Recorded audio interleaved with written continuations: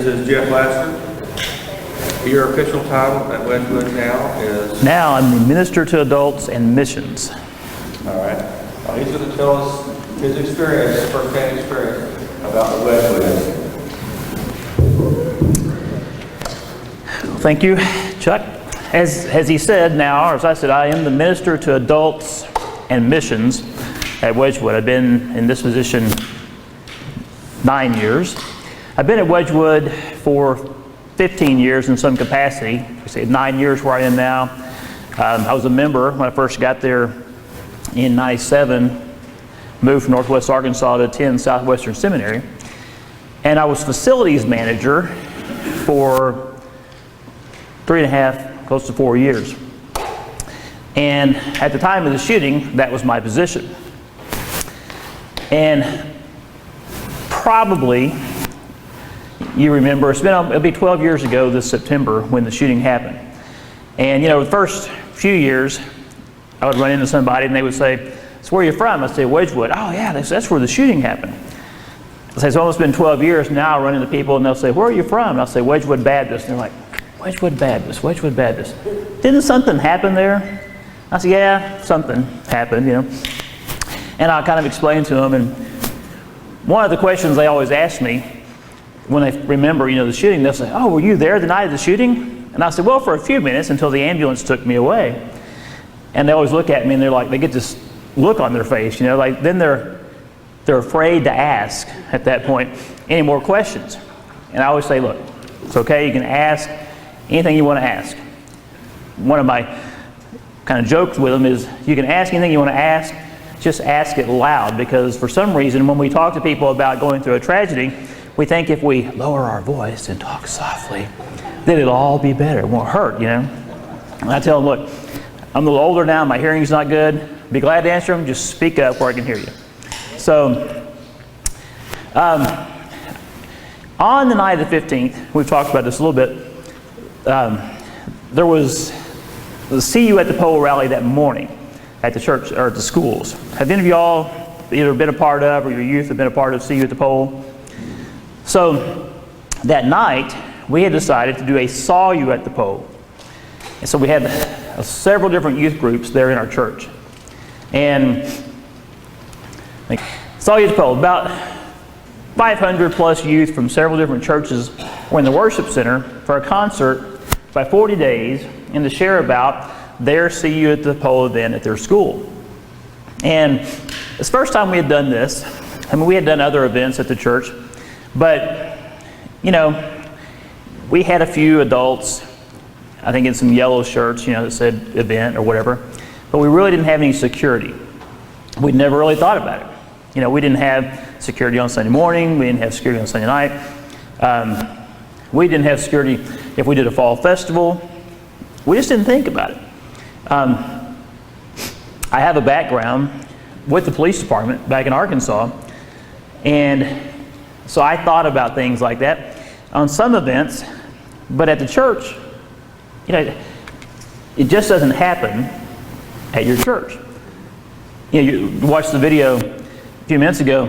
If I pulled up at Walmart or somewhere, I would look out and think, okay, where can I park? This is not safe.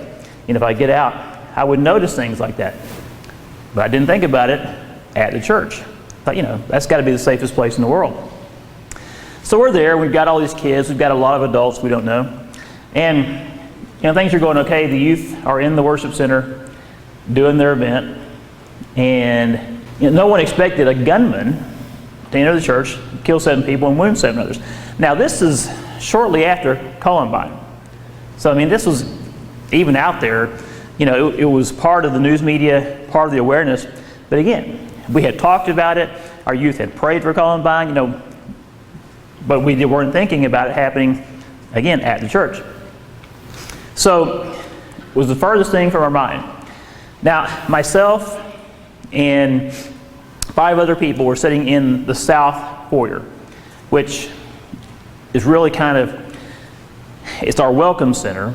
It's on the corner, if you Google it, the church is on the corner of Whitman and Walton. And that corner is where the south foyer is, and it has a little covered, portico where you can drop people off. It has the sign there. it now has an actual, like a flagpole or memorial thing for the shooting, but so it looks like a main entrance. So we're sitting there, and one of the guys was the piano player for our church. He always got off work late. He came there, he sat down, and his wife would bring his supper so he could go into choir rehearsal. And 2 or 3 of the other choir members, the same little group, they always showed up, they always sat in the south floor, they visited before they went in. And as I was making my rounds, I would go by and just chat with them. So that's where I was. I walked down, they're sitting there on the couch in the chairs, visiting. Larry, the piano guy, is just eating his supper. They're getting ready to go into choir rehearsal.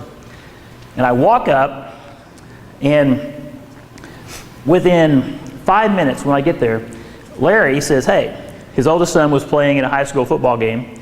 He said, Glenda, his wife, and I are going to go. Sydney, one of my best friends, had kind of been like an aunt to their boys. He said, Sydney's going to go with us to the ball game Friday night. Do you want to go? I said, yeah, that'd be great. He said, okay, we'll pick you up at 6. We'll grab a bite to eat, and we'll go.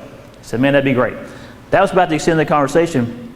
They looked, and they saw this guy parking in what was then a handicap spot.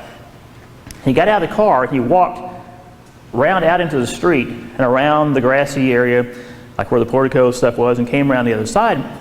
He had on one of those kind of light sweatshirts, kind of like a golf sweatshirt, mirrored sunglasses, and he was smoking a cigarette. And they looked at me and they said, somebody needs to tell that guy we don't allow smoking in the building. And they all turned and said, you're on staff, you're elected. And so I got up, and I'm thinking, I don't know if any of you are smokers, but I'm thinking, okay, this guy's not going to be happy if I go tell him he has to put out a cigarette. You know? So I'm walking towards him. He steps into the foyer, and there's about 3.5 feet of tile as you step in the door before the carpet starts. He opened up the door, and there are 4 sets of double doors in this foyer. He steps in. I'm walking over towards him just to say, hey, glad you're here. Welcome to Wedgwood. We don't allow smoking in the building.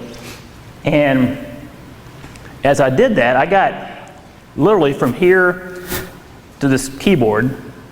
I was that close. I was putting my hand out to shake it. And as he stepped in, he reached under his sweatshirt, he pulled out a 9mm and shot me twice. He didn't give me a chance to greet him. He didn't give me a chance to react. As he was shooting the gun, he asked me the one simple question, is this where the blankety blank religious or prayer meeting is being held? And I told people, if he'd have given me a second, I'd have said, no, it's down the street at, the other church. But he shot and asked questions later, So he asked me that as he was shooting. He pulls 9mm out. Who was saying yesterday that the reason they hold it sideways is because that's the way it comes out of the box, Carl? He must have just bought it that day because he had it sideways when he shot it. And somebody asked me later, one of the things I learned going through this was what questions to ask and what questions not to ask. Somebody said, well, how did you know it was a 9mm? I said, well, I've owned a 9mm. Plus, it was about this big, It looked huge when it's, within 10 feet, he's holding it in your face. So he shot me once in the stomach, and when he pulled it out and he shot first, it hit me here, and then kind of the recoil, the second one hit me here, because as I was going towards him to shake his hand when he shot me, I just kind of pulled back, so the second one went through my arm, and I just stood there. I had no idea why it didn't knock me down or back or anything, but I just stood there and I thought, that guy just shot me with a 9mm pistol. Well, he then stepped over.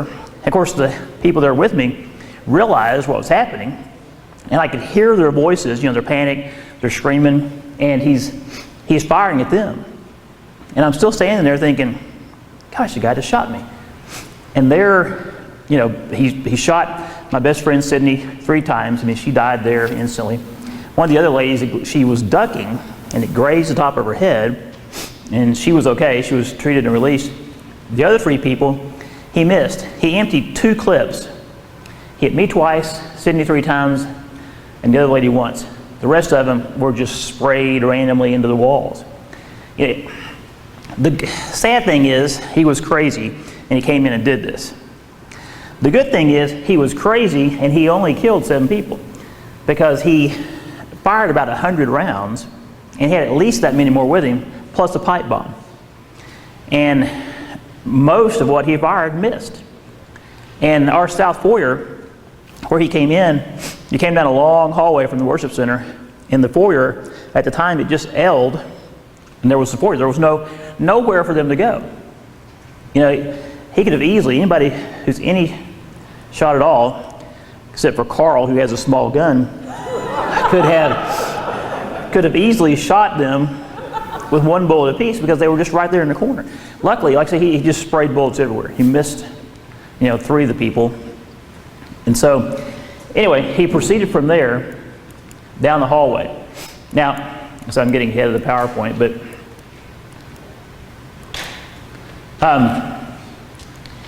he proceeded down the hallway. He actually emptied the one clip, went down the hallway.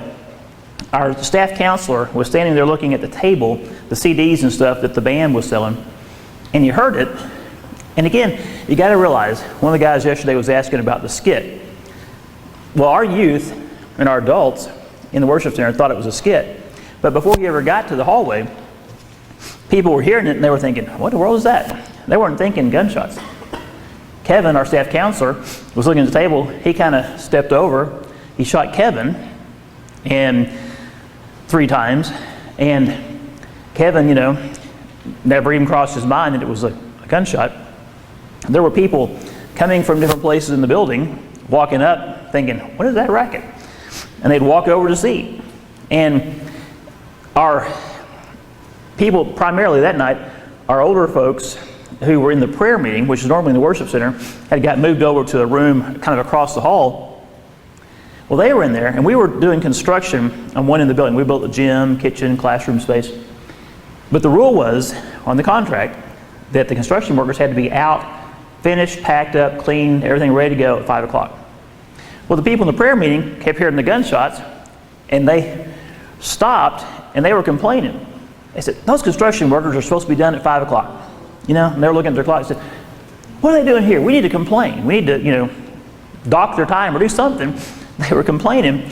And when Kevin, where he got shot, was right beside a hallway that went down by where they were, as he drug himself down there and kind of pushed open the door where they were, they realized, whoa, something's not right here. And so they came out and they realized something was going on, and they got Kevin outside the building to safety. But even they were thinking, must be the nail guns or something down in the construction site.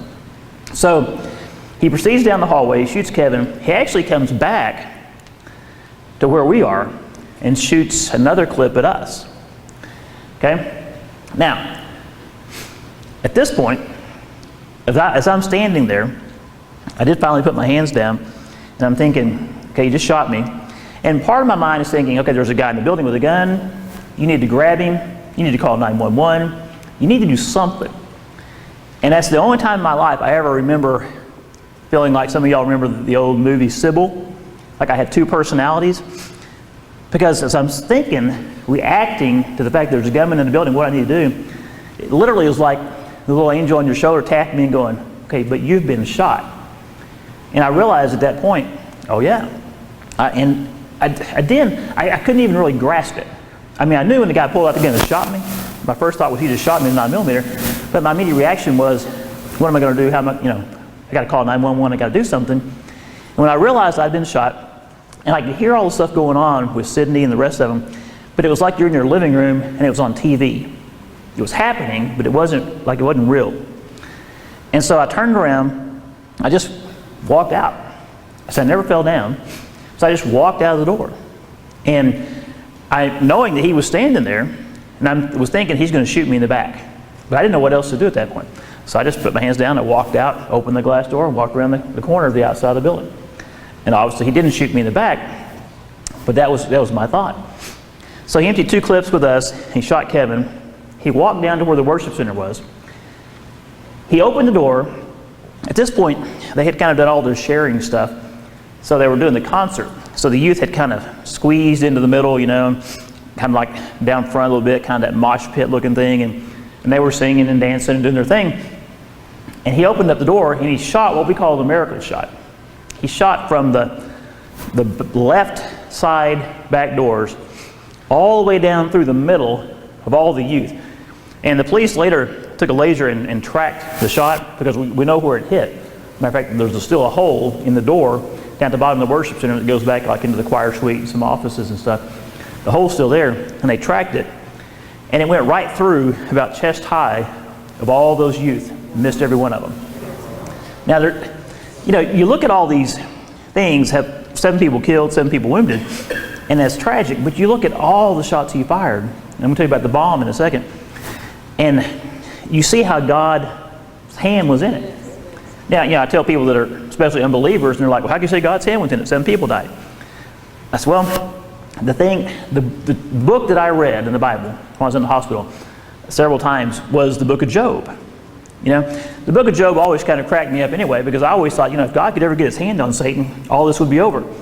And you'd read Job, and it's like he and God are having a cup of coffee. It says Satan comes up into, talking to God, and God said, what have you been up to? And, of course, God knows, but he and Satan have a dialogue, and God says, well, my servant Job, you can do this to him, but don't do this. And later he comes back, and he said, okay, well, you can do some more, but, not this. He has limits. And I really feel like that's where he was with Wedgwood, because it happened. 7 people died, 7 people were wounded, but God stopped it. He didn't allow Satan to go too far, in a sense, because with all the clips that he had, and when these kids, this miracle shot that didn't hit anybody, all these kids, when the gunman walked in there, they again thought it was a skit. Because I think because of Columbine, they thought that it was something they were going to show, if this happened to us, how would we react? And they didn't realize it really was happening to us. So these kids, as they start sensing what's going on, they start diving down behind the pews, but they're popping up going, waving at the gunman. Some of them, because they're thinking, this isn't real, so some of them are just having kind of fun with it. Well, as they begin to realize that it's real, as some bullets begin to hit things, then they really, kind of go into a panic mode, and they just dive down in the pews. Well, he could have easily walked in with the clips that he had. He also had a little, like 38. He could have walked in, walked up to the pews, and just picked them off, walked down to the next pew, picked them off. Easily. He had the rounds to do it, and they were just like ducks in a row. But he didn't. He stood in the back, and one of the guys up at the front stage said he noticed that he looked confused. He even mouthed the words, "Where are the adults?" And he was kind of walking around with his gun, and every now and then somebody would move, he would shoot at them. One of our guys who was up in the balcony filming it thought it was a skit, came down, and that's why you guys were saying communication is vital. Communication is vital, because we hadn't told anybody we were having a skit, but we also hadn't told anybody we were having a gunman come into church. I was in Wells a couple weeks ago. Wells, they don't have guns, and that's not a thing like it is here, especially in Texas. And I was kind of sharing this, and one of the kids in high school said, "Why did you let a gunman come into your church and kill people?" I said, "Well, we didn't let him come in, it just happened." But so the cameraman comes down our stairs for the balcony here on the side of the worship center. He comes down with his camera, kits up to a good spot, puts the camera up on his shoulder. Gunman shoots him, kills him. Nobody, the band is up there playing, right? And they're playing, the guitar player, keyboard, bass, drummer. The gunman starts shooting, and the band, from what I've been told, they're playing, and they kind of get that, they all kind of stop. It's kind of that staggered stop, and they're looking at each other, and they're like, didn't know this was part of it. Nobody told us. So they just walk over, set their guitars and their basses in the little stands, and the keyboard guy walks off, drummer gets up, comes out of the cage. They walk off the stage, thinking, well, this is a poorly timed skit. And luckily he didn't shoot them. As they got back, when they were able to get back in and collect their equipment, there were bullet holes in the screens and on the stage. So, they were actually in some of their equipment, there was bullet holes. So, but again, they just casually walked off. So he's pacing around, people were moving, he's kind of randomly shooting. And at one point, he walks down and Chuck's trying to catch up with him. But at one point, he walks down the right-hand side, and he walks all the way down to the bottom. And again, all the youth are kind of over in the center section at this point. They've all kind of squeezed in there. He walks down, he has a pipe bomb, and he lights it, and he chunks it over here. Well, there's nothing over there. And it lands, and it damages, there's like the side of the stage there, the wall where it goes back up. It damages that, damages some equipment. Instead of spreading out like it was supposed to do, it shoots straight up into the air. And our sanctuaries, like a lot of sanctuaries, the peak is about 62 feet.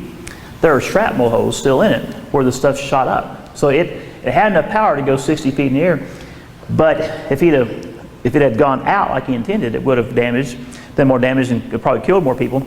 If he'd have walked in and chunked it right in the middle of those 500 kids, it would have easily done, even going straight up, it would have done damage. But he walked over, chunked it over to the side where there was nobody. So it didn't kill anybody. So he threw the pipe bomb upward instead of out. He's kind of randomly firing at people. Sean Brown, who I actually had just talked to right before I went down to the South Foyer, he was a seminary student. His wife were there. They were members. Sean was a really big, he was an athlete, big, thick guy. And he and I had an appointment with our administrator the next day. We were working on a project for school. And I had walked in to the worship center, and it was loud. And so I kind of bear hugged him from the back and said, hey, 10 o'clock in the morning here at the church, got the appointment, don't forget. And he said, yeah, I'll be there. And I said bye, and I walked out. And it's kind of one of those things where you're one of the last people to talk to somebody because he's standing there watching the concert, and when the gunman comes in, he runs out. He's going to go to the office to call 911. The office door was locked. He came back. The gunman, at this point, sitting in the center part of the worship center, he sees him. He just props open the door and shoots Sean and drops him right there. And so he's just kind of randomly doing this. He's not, with all the stuff, again, he's just sort of randomly picking people, mostly when they move. So he opens the door, he shoots Sean, and Sean dies right there instantly. So as he's walking around, the gunman in the back, he's kind of at a point where he's thinking, again, where are the adults? What's going on? He's cursing, he's yelling, But finally, this young man stands up. He was about 19 at the time. And he just stands up and he looks at him. And he says, look, you need to stop this right now. And the gunman just looks at him kind of like, and he points the gun at him. And the young man says, hey, you can kill me, but I know where I'm going. Do you know where you're going? And the gunman just kind of laughed at him and shouted some obscenities and kind of argued with him. And he said no, but he stopped. He put the gun down, and he just kind of laughed, and he backed up. They're at the very back of the worship center anyway. And from where the young man challenged him, about where the tables are, he backed up to about where I am, sat down in a pew, put the gun to his head, and killed himself. And I tell people, again, it goes back to God and Satan when God says, this is what you can do, Satan, but you can't go past that point. When this young man stood up and said, you need to stop this right now, some of the people in there said everything just changed. Like the chaos changed, the noise, the racket, it just sort of stopped. And the gunman backed up, even though he was still mouthing obscenities and kind of laughing, he just backed up, sat down, killed himself. And so everybody got out and, of course, started running out of the building. It's interesting. These are the 7 people who were killed. Sydney, the third one there, was one of my best friends, and Sean was the guy that was saying the young seminary student. Larry Ashford was the gunman. I'll tell you a little bit about his family in a second. When the gunman took me out, or no, it's not the gunman, when the ambulance people got me out, it's kind of funny. I walked outside, and one of the guys, Larry the piano player, came running out with everybody else, except Sydney, of course. And I was standing there, and there was no blood on my shirt. There was a hole, and I was thinking, well, that's weird. There's no blood. There was immense pain at this point, but no blood. And I thought, well, did I get shot? I mean, I know, something hit me and there's pain, there's no blood. Larry comes running out, and he's running up to me and he's telling me that Sydney is dead, because as they were running out, he went back to get her to help her and realized it. And you talk about panic, you talk about all the things that go on in a situation like this, and we weren't prepared. But even when you are prepared, Larry comes up to me and he looks at me, he says, tell me, Sydney's dead, Sydney's dead. And he looks at me and says, did you get shot? And he says it almost like I'm in trouble for it. And I remember I looked at him and said, yeah. And then he kind of like grabs me and they gets me into the back area. They lay me on a pew in this little back hallway, and they leave me laying there. And again, I used to work for the police department back home. I was way back kind of before 911. I was dispatch, warrants, breathalyzer, fingerprints, a little bit of everything. And so I've been around it. My grandfather was sheriff. My best friend's dad was sheriff. My best friend's lieutenant with the police department. So I've been around this. But when the paramedics came in, they didn't know where the gunman was. They didn't know if there was another gunman. They didn't know what the situation was. So they run in. There's some church members with them. They throw me on a backboard. Well, anything I had ever seen with a backboard, you strap people onto it, because the idea is to keep them, stable. Well, they threw me off the pew onto the backboard, and I remember one guy, they could see an entry wound. They rolled me over. He said, there's no exit wound. They pick the board up and they take off with me, and I'm bouncing on the board. One of the guys steps off the curb, and they almost dropped me off the board. And then they get me out across the street into actually what is our pastor's secretary's house. I'm laying in the grass, and they rip the shirt off. And the weird things you remember is I'm laying there, got a gunshot wound in the belly, gunshot wound in the arm, and I'm laying there in the grass thinking, gosh, this grass is itchy. It was just killing my back. Just the hypersensitivity, I think. And so they go through the whole process, of getting me ready to go. And I remember, let me back up, as I'm laying in this hallway, I'm by myself. The guy who brings me there, he's torn, I can tell, between staying with me and going back, to see what else he can do. I said, look, go back, check on your family, see what else is going on. So I'm laying there by myself on this pew in this hallway. And I remember thinking, the guy shot me. I may die from this. And I tell people, grew up watching all the old westerns. Anytime you were gut shot, John Wayne always said, there's nothing we can do for you, And I'm thinking, well, I'm gut shot. According to John Wayne, I'm going to die. So I'm laying there thinking about this. And I'm thinking, okay. Again, weird things go through your mind. I know where I am, I know who I am. I can feel my legs and toes. I can move my fingers and all that.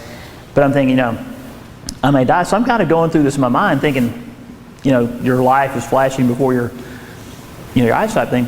And God said, this is the clearest, and I've heard God speak clearly sometimes on certain things. This is the clearest I've ever heard God speak to me. It was that audible voice that I'm sure if somebody else had been standing there, that they wouldn't have heard, but it was audible to me. And he said, you're not going to die. And when I tell people, he didn't elaborate. There are times when you want to say, well, okay, God, that's great. Okay, can you give me some more detail? You were saying you were a type A. I'm a C. I'm a detail person. I like detail. God said, you're not going to die. Think, okay, great. And, he didn't say you're not going to be in a hospital for months. You're not going to have 2 surgeries. You're not going to have some lifelong health issues. You're not going to have a bullet in the back of your back for the rest of your life. He didn't go into any detail. He just said you're not going to die.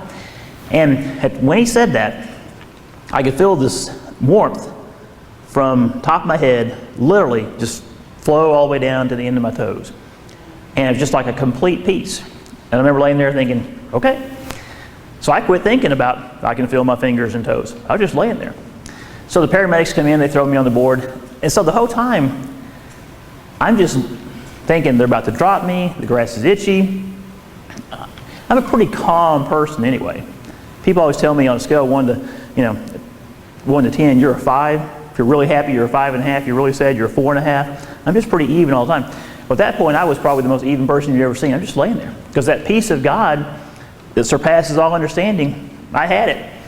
And I'm just laying there, they're working on me, the paramedics are talking, One of them says, this one's got to go first, he's the worst. And thinking, well, normally that would have sent me into a panic, but it didn't. And he said, the other guy says, well, he says, you got to go on care flight. The other guy says, he won't have time to wait on care flight. He'll never make it. We've got to put him in the ambulance. So they're going back and forth. He's writing stuff on my pants. They're haggling. So these two paramedics are arguing over where I'm going to go, care flight, ambulance. I'm thinking, that's not a good sign, you know. And then the police officer comes up. I've got oxygen on. I'm laying in the grass, oxygen on my mouth. Police officer walks up, and she's standing above me, and she says, what's your name? So I took the oxygen mask off, and I said, Jeff Laster. Put it back on. Well, first off, I said, and she says, what? So I took it off. Jeff Laster, put it back on, and she says, what's your address? And she said, how old are you? And so I took it off. I said, at the time I was 34. So put it back on. She says, what's your address? So I'm okay. Well, so I just took the mask off. I'm thinking, this is going to be a long interview here. So I proceed to tell her my information. The paramedic looks at me and says, put that back on. Thinking, okay. So I stick it back on. Somebody walks up to the police officer. And, you know, believe me, I have a deep, deep love because the family background, all stuff that I have with police officers. But I'm thinking to the lady who's a police officer, okay, there's got to be a better way to do this. Somebody walked up to her and said, you know, all that information is probably on his wallet, on his driver's license. And she said, oh, yeah, that's a good idea. So they get my wallet out, hand it to her, thinking, wow, you know. So, and again, people are coming up to me, you know, they're grabbing me by the hand, oh, you're going to be okay, you're going to be okay, and they're praying for me. And that was great. There was nothing better that could have happened. But I'm thinking, yeah, God told me I'm going to be okay. You know, people told me later, why didn't you tell us that? I said, well, you know, it wasn't really the opportune time, but so they're all thinking I'm going to die, and I'm thinking, oh, I'm good, I'm going to be okay, you know. So we go through all this. I get in the ambulance, go to the hospital. Turns out I'm in the ambulance with a kid who had just turned 16 that day, shot in the back, and he is paralyzed. But he finished school, went to TCU, got a degree. There was no connection at the time, but over a 10-year period, he got connected with our pastor's secretary's daughter. And they ended up falling in love and getting married. They've been married a couple of years now. So that was kind of a cool thing. It's funny, when something like this happens, how you end up being connected for life with some people. So Justin's now married to Rebecca. But I was in the ambulance with him, and we rode to the hospital. They get me out. They take me into the emergency room, and they're doing all the stuff they're doing, working on me. And as they wheel me into the emergency room, or the surgery, the doctors tell me all the stuff's going to go on, and I remember I went out. That was the last thing I remember. But all the time before that, I was still awake.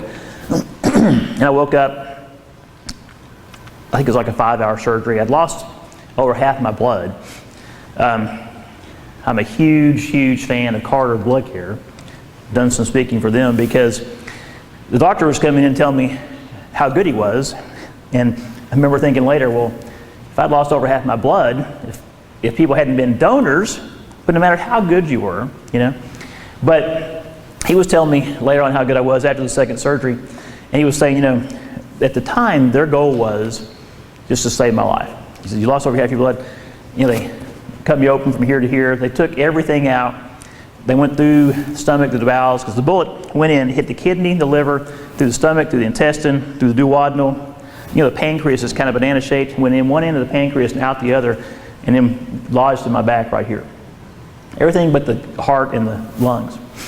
So the doctor said we had to go through everything in there just to see what was done and fix it and pack it and sew it back up. So after the 2 surgeries, after about a week and a half in intensive care, you know, they put me into a regular room. He came in and said, okay, you've got some issues that we didn't foresee, because when they took out part of my stomach and my intestine, it just didn't want to start back up. So they put me on some medication, and that's been something that, you know, everything works, but I have to take medication and stuff for it. It's not an ongoing thing. Eating disorder, I'm anemic, which is kind of weird, but so some lifelong health issues. But what I think about is how God spared my life. Okay? Didn't have to. And how He's worked through that. Now, one thing people will tell me is, wow, God's got a good plan for you now. And I said, well, God had a plan for me before. Just me being shot didn't change that. It may have enhanced it, may give me a different testimony. But I don't believe that God's plan started for me on September 15, 1999. It started for me when I was 8 years old and I gave my life to Christ. Okay? But it has allowed me to go out and minister to people. Now, one thing that's done for our church, the best decision, like I said, I was in the hospital at this time, but the best decision our church leaders made was they came in and the question was, this is on a Wednesday night, what do we do about Sunday? Now, our pastor had just gotten back from his mother's funeral. So he wasn't even supposed to be there that Wednesday night. He flies in, goes home, gets a phone call. And hey, as Carl was saying, you might want to sit down for this. Gunman just came in, killed 7 people, wounded 7 people. So he gets back from his mother's funeral. He spends the night counseling with families, going to the morgue, meeting with police. And of course, obviously we're partial, but he did a really good job of handling the stress in the situation. And so he and the staff, some of the, we don't really have elders, but some of the elders and leaders of the church got together and said, what are we going to do about Sunday? And the question was, can we have service? Because, as you guys are saying, the police roped off everything. People couldn't drive off in their cars. People couldn't go back to get their purses, Everything was in there. So people had to get home other ways. But they came in, they got everything taken care of. We were able to get it cleaned up, first level of clean. So that Sunday morning, we met, no carpet, a lot of pews gone. No carpet in the hallways, no carpet in the worship center, like pews gone, still bullet holes. They hadn't got a chance to patch those up. A couple of the windows that had been shot out were still gone, the inside windows. But they had worship in the worship service where this had happened. And people said, there were people who were kind of iffy on that, but everybody came. And they said that was the very best thing we could have ever done. Was saying, Satan, you're not in control. You may have come in here on Wednesday night, but we're back on Sunday, and this is our place that we worship God. And we're here, we're worshiping, we're praising God, and you haven't defeated him, but certainly you haven't defeated us. And they said that was probably one of the best, if not the best, worship services they've ever had at Wedgwood. And they prayed for the people, they prayed for the shooting. It was phenomenal. And that I think, springboarded us onto a healing process. I think had we delayed that, it would have probably killed the church. But that springboarded us into healing, and people saying, this isn't going to defeat us, and we went on. Another thing that aided in our healing was, and I think Carl or somebody, Vic touched on this yesterday, were the other churches who reached out to us. Now, hopefully, you guys, when you're looking at security and those kinds of things, that you work into some kind of a plan that if it's happening at your church. We always think, if it happens at my church, this is what I'll do. What if it happens down the street? Number one, is there some way, possibly from a security standpoint, you can help out? But more importantly, can you just minister to them? And in what way can you do that? And part of that starts with having a relationship beforehand. If you're just showing up and they're saying, hey, we're from whatever church, and they're looking at you going, I never met you before in my life, that's not a good time to build relationships. But having a relationship beforehand, and I'll tell you, we're Wedgwood Baptist Church, but we get along great with other denominations, and Alta Mesa Church of Christ is right there close to us. We had kind of got along with them before, but we get along with them great now. One of the reasons they showed up right after the shooting and said, hey, we're here. What do you need? You need us to sweep up? You need us to hold babies? You need us to park cars, clean bathrooms? What do you need us to do? They didn't tell us what they would do. They just offered. They said, we'll do it. If you don't need us to do anything, we'll just pray. And at the time, they said, well, right now we don't have anything for you to do. They said, great, we'll just pray. So they went out and they walked around the church and prayed. And they prayed and came around the other side, and they kept praying. They went home and prayed. They came back. And they ended up doing some things, like sweeping floors and holding babies, things like that.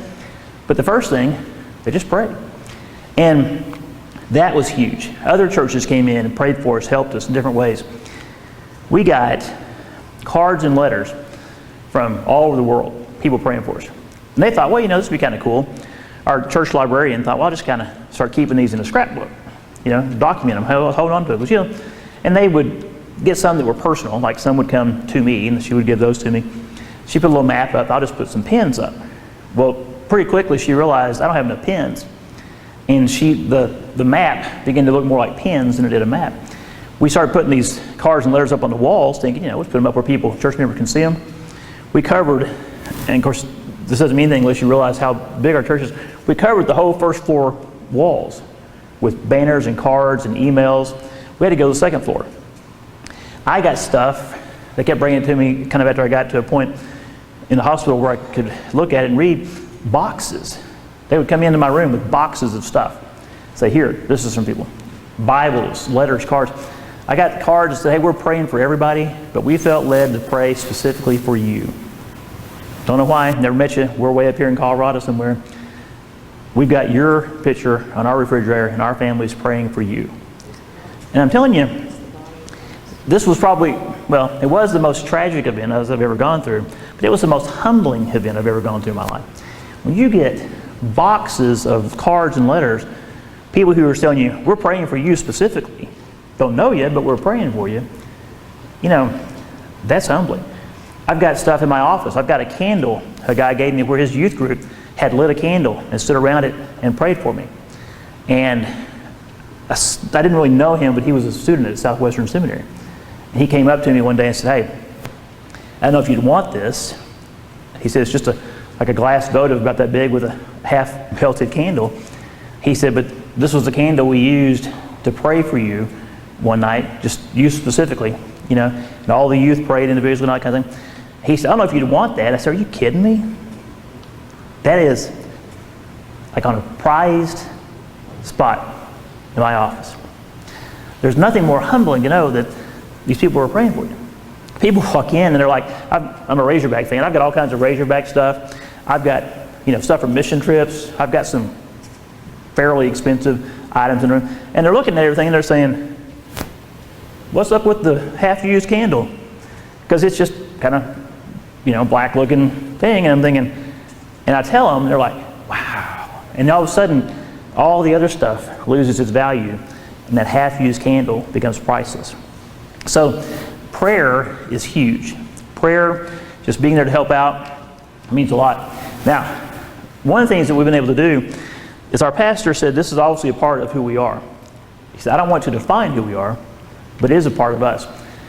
But he said, I want to be able for us to use this to minister to other people.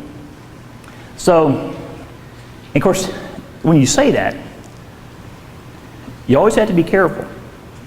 And you say, I'm willing to do something. Because God's listening. God says, okay, let me write that down. Wedgwood Baptist is willing to do something, So, at the time, they had a memorial at TCU, and some Columbine students came. And they brought this bear that has been passed around. I don't even know where the bear is now. We've got a really nice portrait of it there in the South Foyer. But it's called the Healing Bear. And it had stuff from Columbine. Our youth put stuff on it. Shortly after this, an event happened at a school. Some of our kids went out there. They took the bear to them. That school took it to another group. So I'm not sure where this bear is or what he even looks like at this point.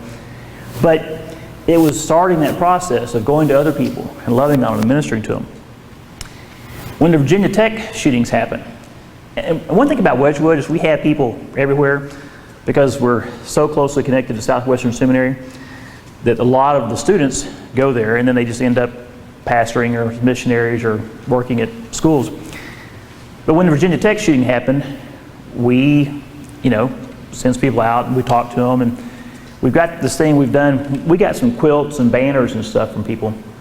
So we started doing that. One of the sign companies there, they don't even charge us for these things when we call them up.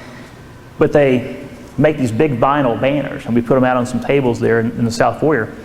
And it'll say, Dear Virginia Tech. We put it in their colors, we made it Virginia Tech colors. It says, we're praying for you, Wedgwood Baptist Church. And mostly it's just white space. We lay out the markers, people come by and they sign it. And we roll it up and we ship it to them or we take it to them. And So we started doing things like that. We started going there. Turns out the BSM director at Virginia Tech, the Baptist Student Union, was from Wedgwood. We didn't know that, but he was. So we went out there and ministered to them, ministered to some schools. Maryville, Illinois, when the pastor was killed there, they called us. And, you know, I was telling you yesterday, you all of a sudden become the expert. You know, it's like you're not really the expert, but because you've gone through it, all of a sudden you get bumped up. Wedgwood must know they've gone through this. So we get phone calls all the time. Well, Maryville called us and said, what do we do? Now, in some sense, Wedgwood was maybe a little more tragic in the sense that, 7 people died, 7 people were wounded, and only 1 person died there. But the person who died there was the pastor. We had our pastor lead us through this. That makes a big difference. When you've got your shepherd, your head person, that God has put there to lead you through that. When Fred Winters was killed, they were kind of in shock. So they called us.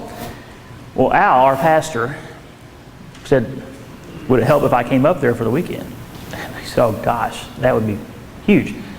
So he went up, spent the weekend, preached on Sunday, and just loved on the staff, mentored them.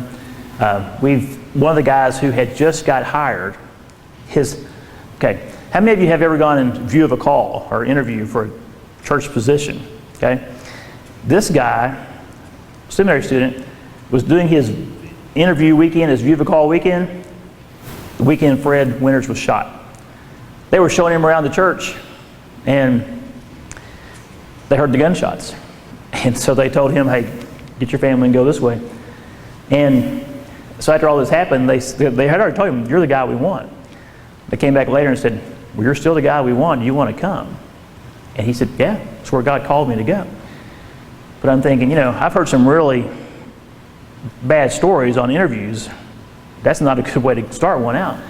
So he was there. We worked with him some. So we've been able to work with different people in different churches and minister to them. And the thing that we've kind of looked at is, you intended to harm me, but God intended it for good to accomplish what is now being done, the saving of many lives.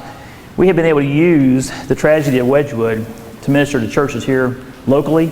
We're able to minister to the church over in Arlington, where the pastor was killed. Say the churches in Maryville, Virginia Tech. Overseas, we've been able to use it. God has allowed us to use that tragedy for good and to minister to people. We've seen lives change. We've seen people come to Christ through it. It's been a great, great tool. Now, I always tell people, again, I'm a detailed person. God has used it, and I'm happy He's still using it. But I always tell people, if God consulted with us, nothing would ever get done. Because I look at all the good that's come out of the shooting. But I tell people, if God had come to me and said, hey, here's all the good things that I'm going to do. And I had said, well, that's great. How are you going to accomplish it? How are you going to accomplish that? He said, well, okay, you got to get shot, have some lifelong health issues. One of your best friends is going to get killed, and all these other people are going to die. That's how I'm going to do that. I said, well, God, that's a good plan. But how about we go with plan B that doesn't involve me getting shot? So, I tell people, there's a reason God doesn't consult with us. God knows what He's doing. People ask me, why do you think He allowed the shooting to happen? I don't know. I really don't. I see the good things He's done with it. Why He chose that path, I don't know. People say, well, when you get to heaven, you can ask Him. I said, well, yeah, if he grants me a sit down, if God says, hey, Jeff, come on over, let's talk. Now, let me explain to you what I did. That'll be great. I don't think at that point I'll care. When I'm in the presence of God, I don't think I'm going to be questioning what He did or how He did it. So I look at the good He's done from it. And I don't know. I just have to trust He's either sovereign, He's either in control, or He's not. And I choose to believe that He is. And if He is, I have to trust why things happen, whether I understand it or not. So a lot of good has come out of it. And a lot of good continues to come after 12 years. All right, got a question? What to explain? I take it you didn't have security. How big was the church? We're about 1,100. But no, we did not have security. Never had security. No. Now, and here's the thing. immediately everybody thought, we need to have security. Well, at that point, we would have had bars on the windows, metal detectors, armed guards, police dogs, because at that point, they wanted everything.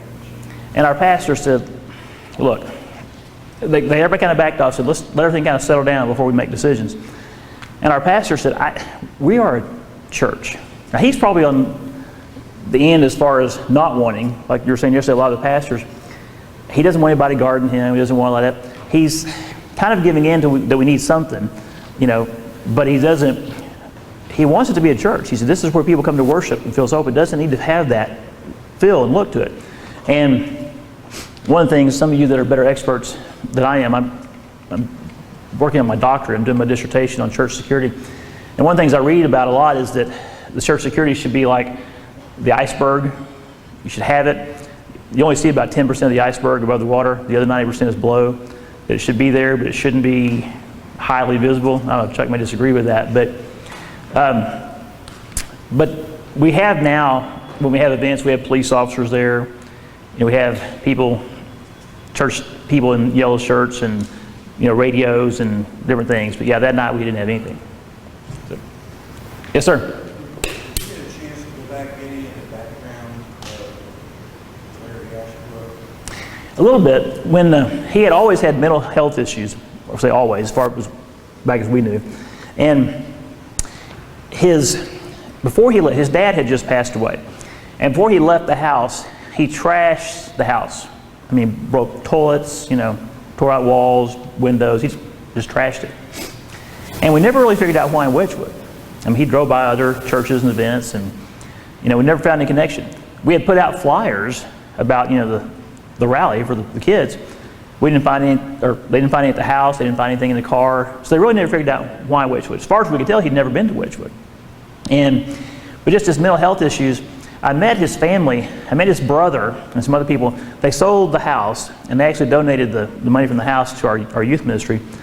And so his family was a Church of Christ background. So Alta Mesa Church of Christ set up a meeting with us. So I went up there on a Saturday morning. I walked into the foyer where they were. And when you step in and out of the sun, it takes a minute for your eyes to kind of focus. And the pastor of Alta Mesa, our pastor, our administrator, some other folks were standing there. And Larry Ashbrook's brother, who could have been his twin, was standing there.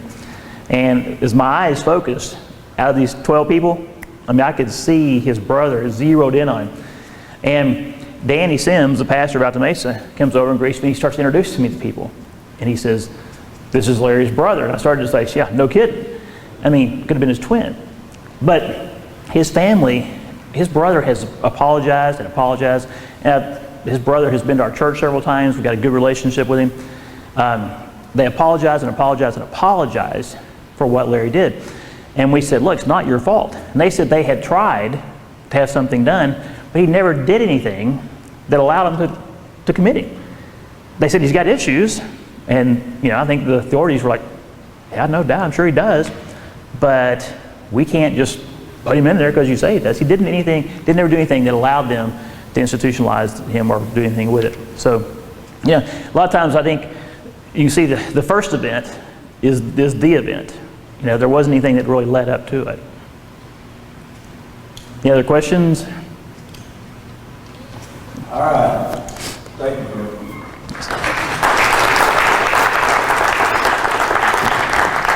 Okay, let's take a